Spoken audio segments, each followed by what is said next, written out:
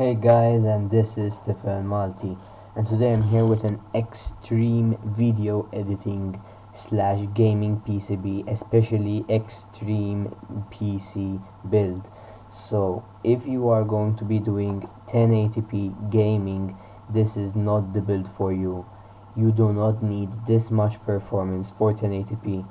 If you are planning to do 4K gaming, then yes, I would suggest going with this build, but it is still high end for 4K gaming. You don't need this much processor power, you don't need this much RAM, and this much. I think graphics power, it would be okay, but also one graphics card would be enough for just a single 4K monitor.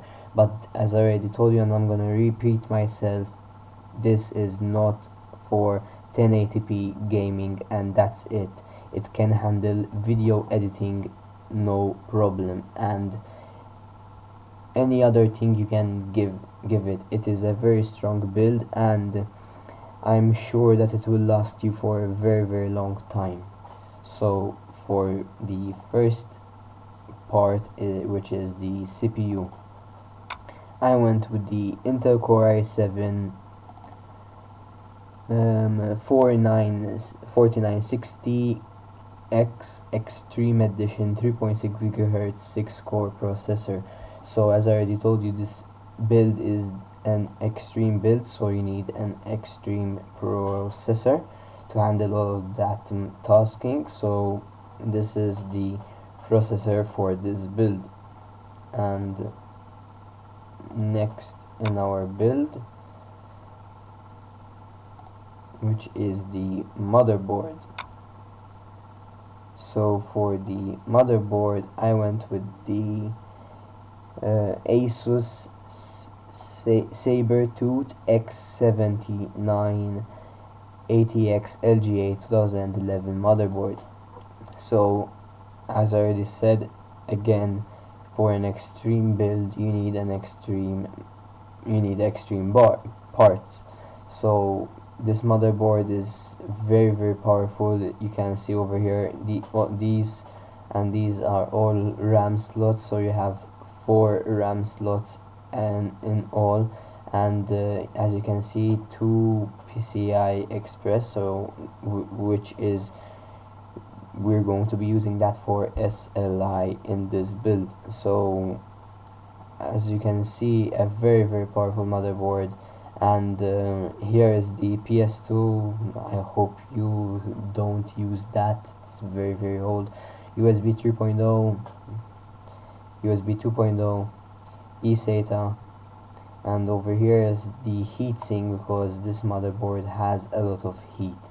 So it produces not a lot of heat, it produces quite an amount of heat, and it needs that it uses that heatsink to dissipate heat. So this is another eSATA, that's the digital audio, and these 3 are USB 2.0s, and this is the Ethernet, and these are another pair of USB 3.0 and your onboard sound card. So that's about it for the motherboard. As you can see, a very powerful motherboard, and it's not gonna let you down. It's made by Asus. I trust Asus, they make good quality parts. And now next is the CPU cooler. So for the CPU cooler, I went with the Corsair H100i. So I know this isn't that extreme, but it is still a very good performance liquid cooler, and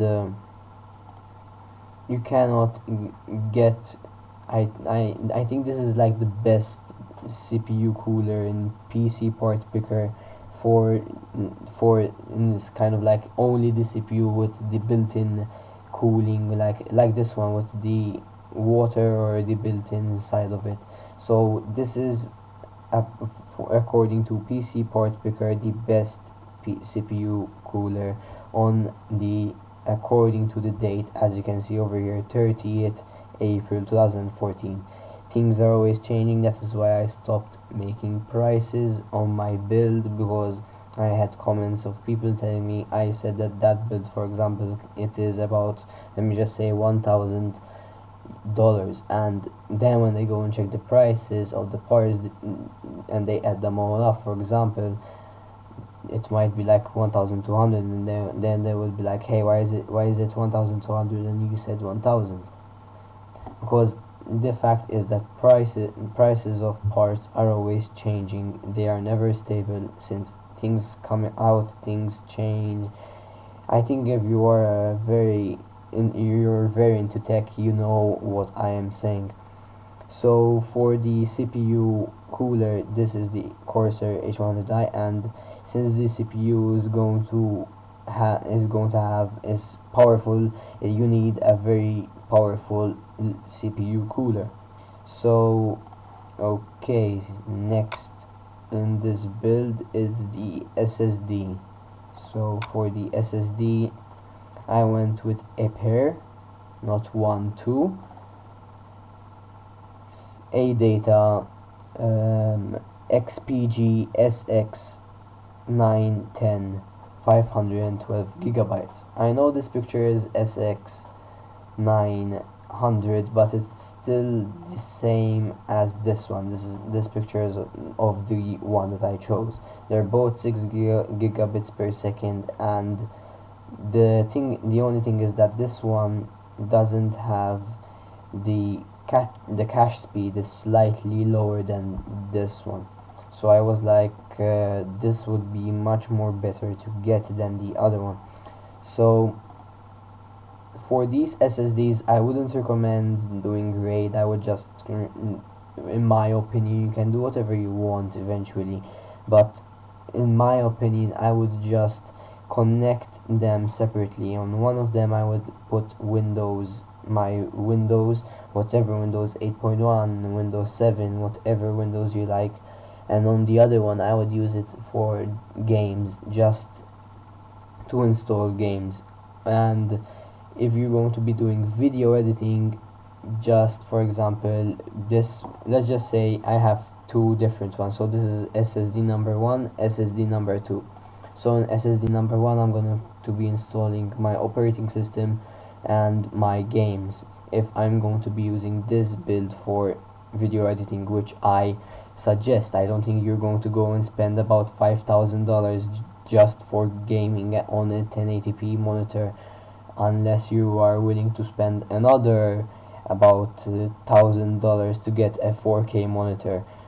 So on SSD1, as I already told you, install the operating system and all your games. Then on SSD2, you can use it for the video editing. So when you save your video edited files, you save them on this SSD, and then after, from this SSD, since it's only 512 gigabytes, it's gonna get filled up quite easily, even more if you're going to do a lot of video editing. And for that, I went with mechanical hard drive. So I went with Western Digital's Black Series 4 terabytes 3.5 inch, so 7,200 rotations per minute, and this is just a standard 4 terabyte hard drive from Western Digital. And I went also with a pair, since I already said this build is aimed for video editing and it can handle gaming no problem, but technically I went for the line of video editing for this build. So here you go for the storage, and now I am going to be going for the RAM. So let's go on the RAM, and for the RAM I chose the G.Skill Ripjaws Z series 32 gigabytes. You're going to have 4 DIMMs of 8 gigabytes each, and obviously it's DDR3, and this RAM comes clocked at 2133 megahertz. So this is why I told you this build is very extreme. You're going to need a lot of RAM for video editing. I don't think you need 32 gigabytes of RAM for gaming, although you can, but I think the maximum personally that I would go for gaming RAM gaming, maybe 12 gigs, 16 gigabytes the most, because you don't need that much. As you can see over here on my personal computer, I have 4 gigabytes of RAM, and when I play games I don't have any problems at all.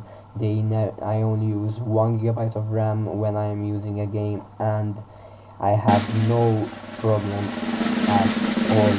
So this is why I told you this build is for video editing, because I chose a lot of extreme parts for better for performance when you would be video editing. So now that's it about the RAM, and now I'm going to be talking about the graphics cards. Most probably the moment that all of you have been waiting. So for the graphics cards, I chose a pair of EVGA ACX cooling GTX 780 Ti's. So this is why I told you this build is very extreme. I went with a pair of Nvidia's top of the line graphics cards. This graphics card is way more faster than the Titan, although the Titan has 6 gigabytes of RAM, and we kind of fixed that because we have a pair of these, and obviously we have the RAM is faster than the Titan in the 780 Ti, and also the core, the kind of like the CPU of the GPU is faster than the Titan.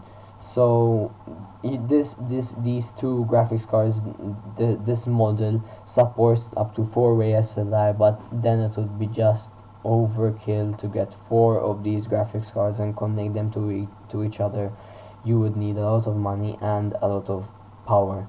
So I just went with 2. It's enough if you're planning to do video editing and 4K gaming, and I'm sure that you are going to have plenty of solid performance with these graphics cards.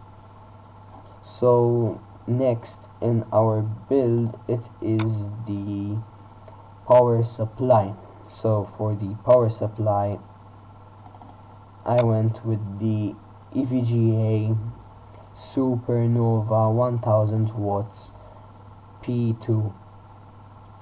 So this is the power supply which I chose, 1000 watts, and it is also 80 plus platinum certified.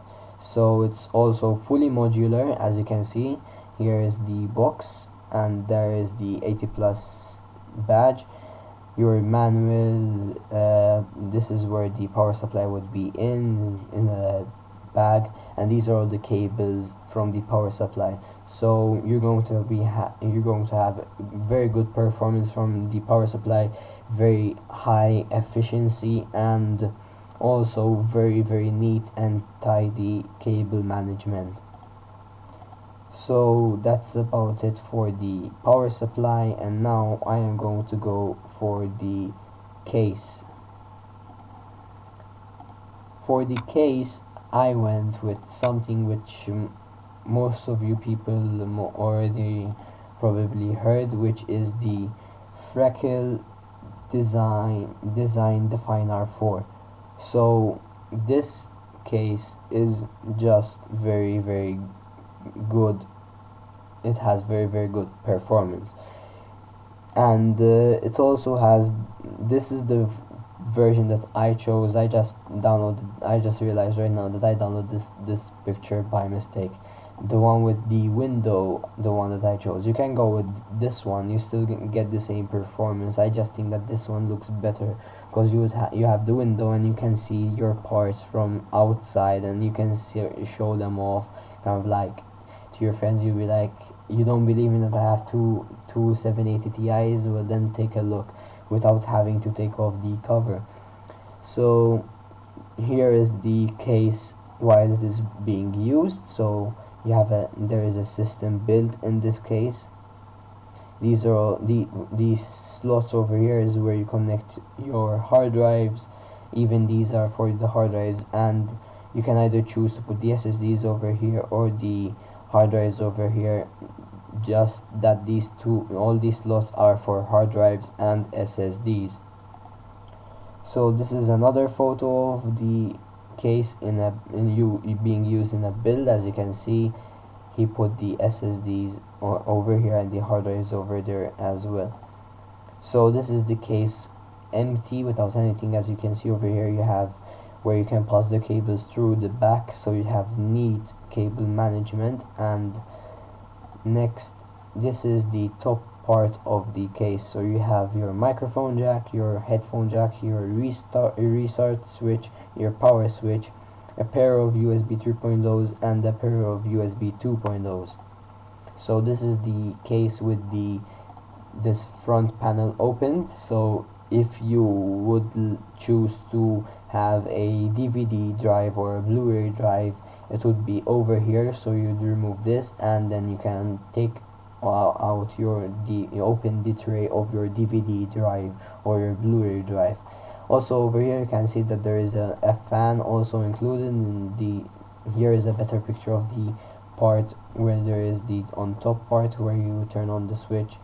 And now let me show you also over here, there is a rear fan included with this case, and this case also has, as you can see over here, airflow for on top. So you have on airflow for the top, so you can connect your H100i with on top of your case. As you can see over here, you connect the H100i, the CPU liquid cooler over there.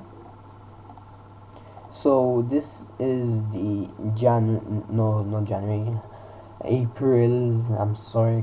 April's extreme gaming PC build. It's technically for video editing, but if you want to use this PC build for gaming, go ahead, but you're just going to be spending a lot of money for nothing if you're just going to be doing simple gaming. Even if you're going to be doing 4K gaming, you're still spending a lot of money. Eventually, now I will do a 4K gaming PC build, and it's going to be much more lower than this build. So estimately, when I put all the parts at PC Part Picker on the website PC Part Picker, estimately now at this date, as you can see, again I repeat, 30th April 2014, all the parts added up to around $5,000. So that is why I told you this is an extreme video editing, not exactly extreme video editing, extreme 1080p, also extreme 4K gaming PC build. So please don't go and buy this build if you are just going to be doing 1080p gaming. I cannot stress that much for you. You would be spending too much money. You would be spending money for no reason. So that's about it for this video. Like the video if you liked it, dislike the video if you disliked it. Also, thank you very much for all of your support. I now have 2,600 subscribers. Thank you very much. I really appreciate your support, and stay tuned, because yesterday I filmed and now I just have to edit, because I feel that my gaming PC builds on YouTube are more important than what I did yesterday, because I did an unboxing of a router yesterday, and I will be uploading that hopefully by Saturday. I hope that I will be able to upload it by Saturday. So thank you very much for watching. I will see you next month for next month's gaming PC build.